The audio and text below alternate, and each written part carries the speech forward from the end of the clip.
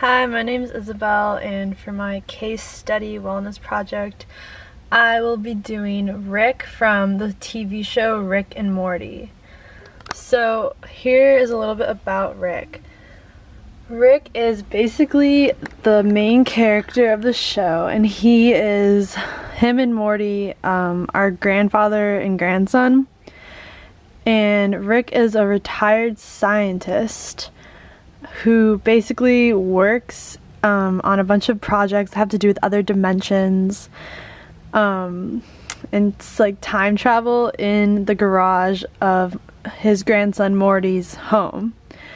So Rick is around 55 years old, and like I said, he's from the cartoon Rick and Morty. So what I diagnose him with, which I'll get into more later, is depression. The age of diagnosis, you aren't really sure because, you only know him as that, but some things in the show and theories people have point to probably middle-aged. Some stuff that triggers the disorder. He has a lot of self-hatred, and he's really just bored with life. That's one of the reasons why he does so many crazy things all the time and goes on so many crazy adventures. When something doesn't go his way, Rick basically is just like, oh well, and doesn't try to do anything to fix it. He just doesn't really care about anything. So some symptoms that he has are suicidal tendencies. He's constantly doing things that put himself in danger without even thinking twice. He doesn't care about his own life at all, and is constantly saying things that show how he's really just not mentally, emotionally well. I'll get to some of that later too. So to relieve his anxieties, this is a really big part of Rick's character. He's an extreme alcoholic who is literally constantly drinking and constantly drunk. Viewers can see this in pretty much every episode. He always is pulling out his flask. Anytime something goes right, first thing he does is drink. Anytime something goes wrong, first thing he does is drink. Obviously, he does this to just kind of numb everything, which is one other sign of him just not being happy with life in general.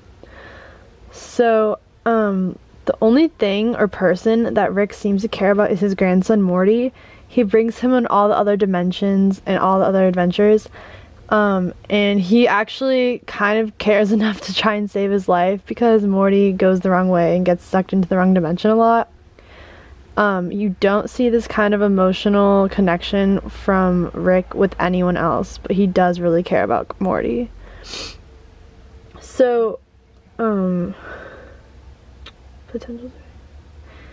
So he is constantly being harmed in like almost every single episode. And he also like kind of dies in a couple episodes too, simply because he doesn't care and he lets himself get into these situations on purpose. He is basically essentially like ready to die, and he doesn't care about what effect it'll have on anyone else, or him, of course. So if I were to say like what he should do, the disorder is what led him to live with his daughter in the first place, and the reason he works in their garage is because he's fired from every other job he's had. I would say that this all leads back to the way his personality is, which all leads back to the depression. So, if I were to diagnose him with depression and come up with a treatment plan, I would say that because it's so severe, he would probably require some form of inpatient treatment in a psychiatric ward or psychiatric hospital, which would involve talking therapy with a psychologist and probably medication as well, which you would get from a psychiatrist, which are two different things. One is a doctor and one is not. Some kind of medicine that would probably be prescribed would be Zoloft or Lexapro, because those are just two very common depression medicines that help raise serotonin levels and balance out the chemistry in the brain.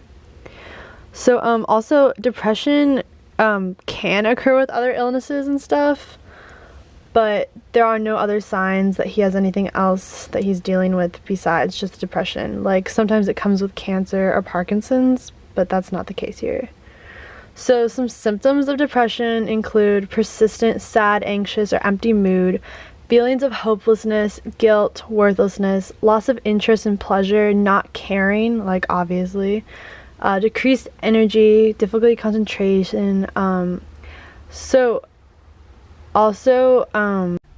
diagnosis of depression can be made by a family doctor, but is usually best if diagnosed by a psychologist or psychiatrist, who can also help come up with a treatment plan specific to one's needs. They usually make the diagnosis by asking a series of questions about mental and physical health.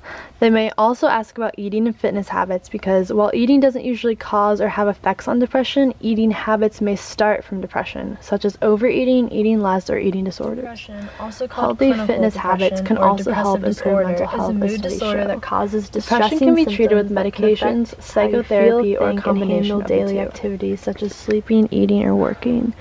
To be diagnosed with depression, symptoms must be present most of the day, nearly every day, for at least 2 weeks. Research suggests that a combination of genetic, biological, environmental, and psychological factors play a role in depression.